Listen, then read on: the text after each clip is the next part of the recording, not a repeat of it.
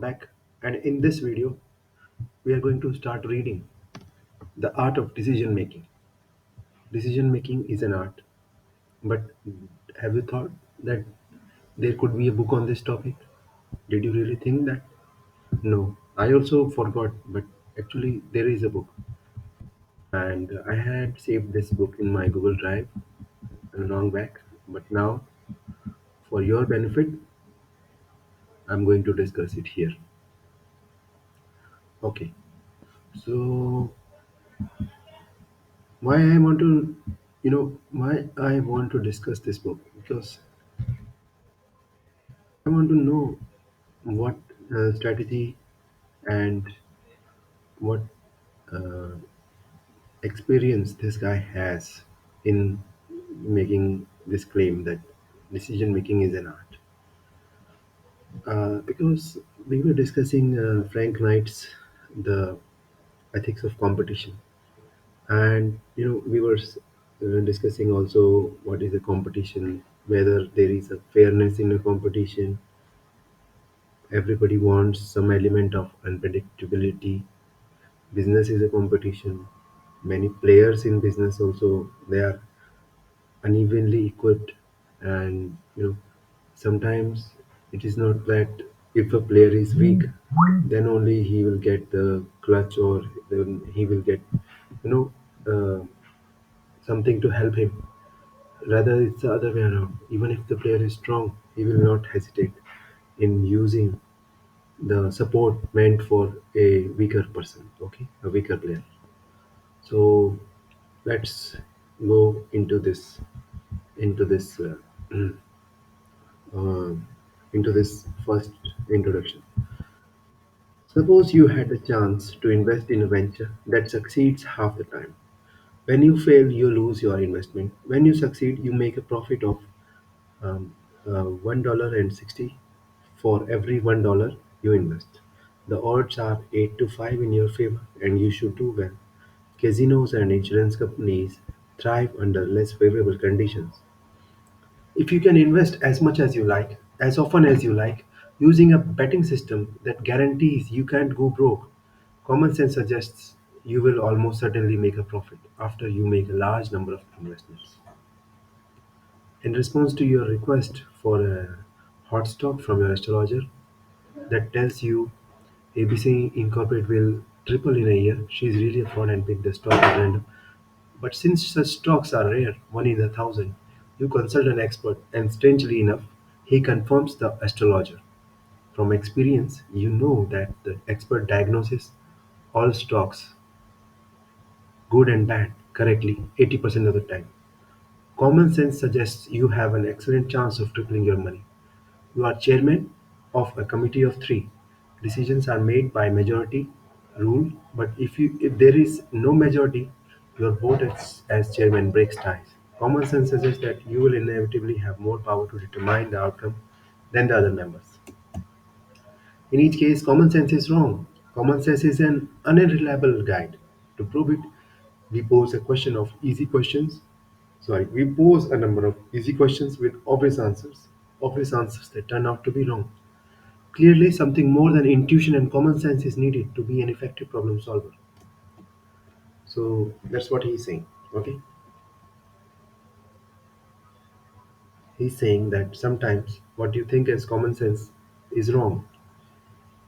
You may feel that somebody who has more power than you may be able to take a better decision, but that's wrong. So he's going to say something about game theory, but not we are not going to be able to understand it, because I myself am little, you know, I don't know that much, right? So, so what is his strategy? Our purpose is to spot potential pitfalls and avoid them. And you can acquire this skill in more than one way. One approach is to master specific techniques such as linear programming, mixed strategies, or theorem, or at least learn they exist and where to find them. But you can also take a more relaxed view and consider these questions as a diversion and a test of your insight. By repeatedly observing how and where your intuition falls short in a variety of situations, you stretch your imagination painlessly. The flexibility you gain in this last approach is probably as important as the technical proficiency you gain in the other. Most of the mathematics and notations in this book are rather formal and require no special explanation. However, we do use the notation 43 plus, for example, to denote a number greater than or equal to 43.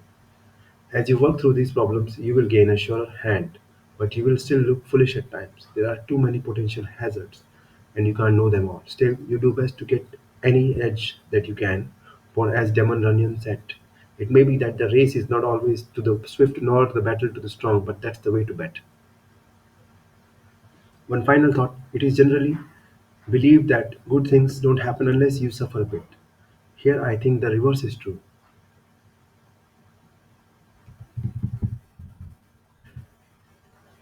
Here, I think the reverse is true. You do best if you respond as a child responds to a riddle with delight.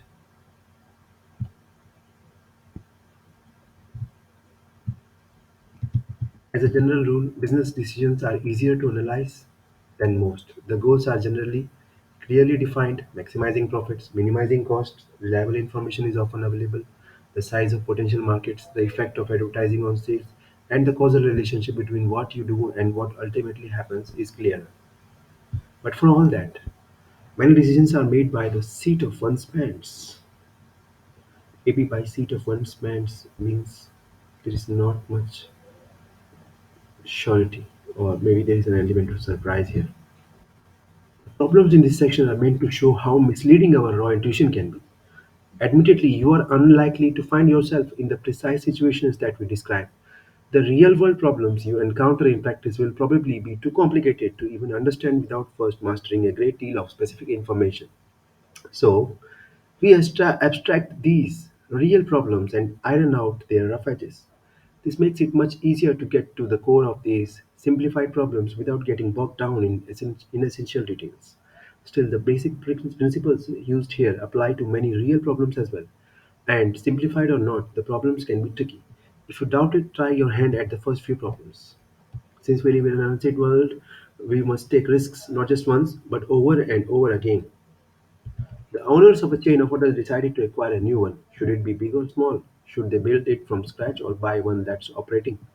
If they buy one, should it be a going concern with a high price and low risk of failure, or one on the brink of collapse that they can acquire for a song? Publishers are always deciding whether or not to publish a book. Should they support the potential bestseller that may strike gold but that has 1,000 competitors in the wing, or fall back on the annual report on coin collecting with its small but steady market and no competition? And how much should they invest in promotion which increases their sales and their risks?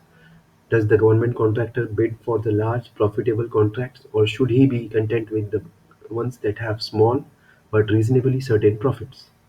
Should a factory invest in new products or play safe, sticking to the old ones? And if it does see greener pastures, how great a risk should it take? And the ordinary investor, should he invest in AA bonds, which will almost certainly pay its modest yield, common stocks of blue chip companies, which pay a bit more on average but which are vulnerable to market dips, or penny stocks, which may disintegrate in one's hand but which, once in a great while, turn to gold? All of us, angels backing plays, a producer acquiring a movie star, a blue collar worker betting on a horse, or a team acquiring a great athlete, must make such decisions over and over. If you are naive enough to think we can simultaneously solve the hotel owners, publishers, government contractors, etc. problems in one fell swoop, you are doomed to disappointment. But there are elements common to each of these problems that may help one decide. One important element is the risk reward ratio, the amount you can lose divided by the amount you can win. It might seem that you would want this ratio to be small since you want to risk as little as possible and gain as much as possible. But if you no longer believe in Santa Claus, you must expect to pay a price for a favorable risk slash reward ratio, and indeed you generally do, as we shall see. Another seemingly attractive property of an investment or a series of investments is a large expected return. This is the average profit or loss you would expect to make if you made this investment many times. It seems self-evident that it is better to have a large expected return than a small one. In fact, it is tempting to measure the desirability of an investment by looking at the expected return. Here again, you may be in for a surprise. Okay, so thank you guys. This was the introduction of this video.